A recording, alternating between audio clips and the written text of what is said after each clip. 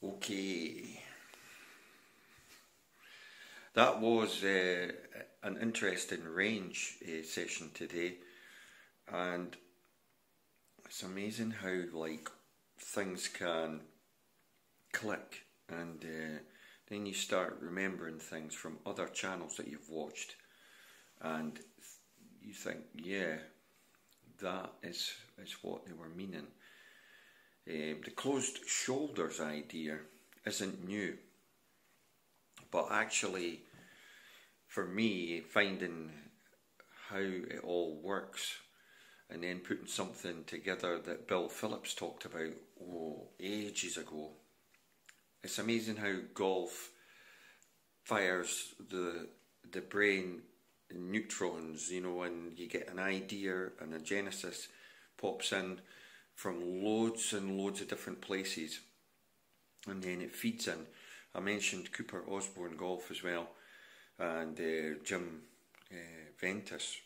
I'm not sure how you pronounce his name. He's probably raging because I pronounced his name wrong, but we all know who I'm talking about.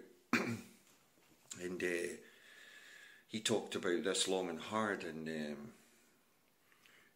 I think he talks about how you shouldn't overpower the swing. But when you set your shoulders in this closed position and keep them held, right, and then move your hands round to the ball, not only does that affect, as in move you closer to the ball, as in the way you're supposed to set up, but also it gives you the ability to move your shoulders down and up on the 45 angle, and therefore the sound that you get from the ball and also the compression and the power becomes almost automatic.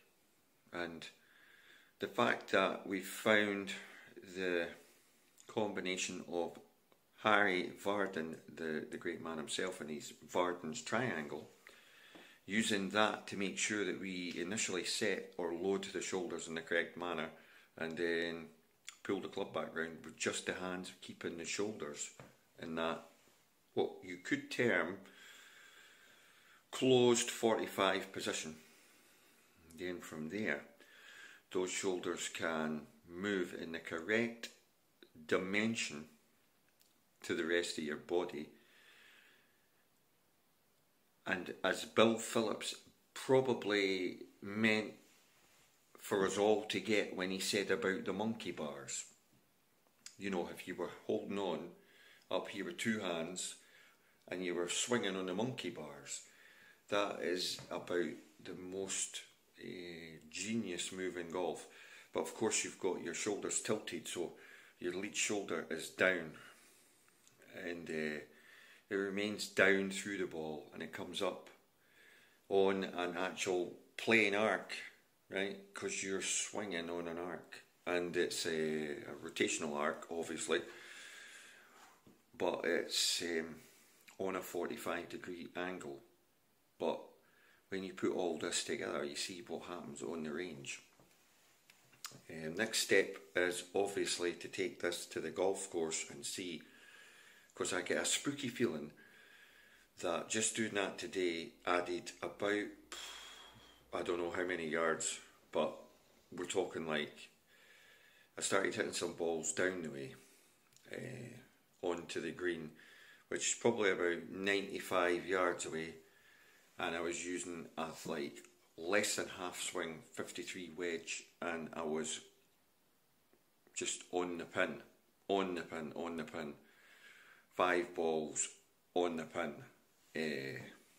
Beautiful strikes, high over the trees, and just dropping on that pin. Unbelievable. So stay tuned, because I think the way it's shaping up and the way it's looking like it's going to go, where you can actually all do this. It's not just me. It's going to improve my golf greatly. The interesting thing for me is though, and I've watched some old videos of Bobby Loch putting. Now he was probably one of the greatest putters ever, and I pretty much saw the exact same thing with Bobby Locke on his putting stroke. Now, I tried it on small little chip shots, were like almost like a putt with a 7-iron, and the results were just like I holed 4 of them, and the rest were like that from the hole. So I'm now thinking, I didn't have time, but I'm thinking, if this works with the putter, I could go exceptionally low, and I think you could as well. So I think we should all have a look at this. This video will go in at some point on the slot in between the range stuff and the course stuff, just like a wee sort of fill-in video to remind you all that we're on this journey. We have been for a while, but that today was like one of those aha. I mean, it really was an aha, and I hope that came across there, because it was filmed from start to finish. It wasn't edited. It was good. It was bad. Well, it was hardly any bad, but yeah.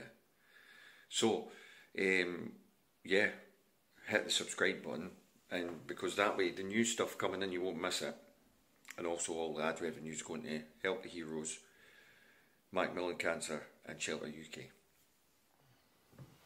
Yeah, so on the shoulder aspect, right, which has made just instant transformation really when you saw the swing on the range. Angle wise,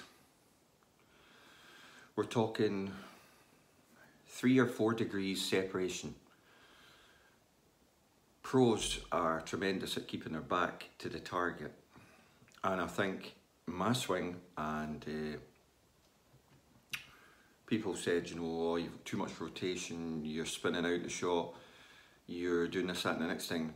Yeah, I was doing all those things, but the main thing was I wasn't getting the rear shoulder underneath and far enough back away from the lead shoulder. Now, when this is engaged here and you pull your hands back round, your back engages back to the target, and then you just swing up and down, and then it all just automatically happens, as you saw from the range. So watch that range video back. There's 2 parts to this after chat thing. I edit it together.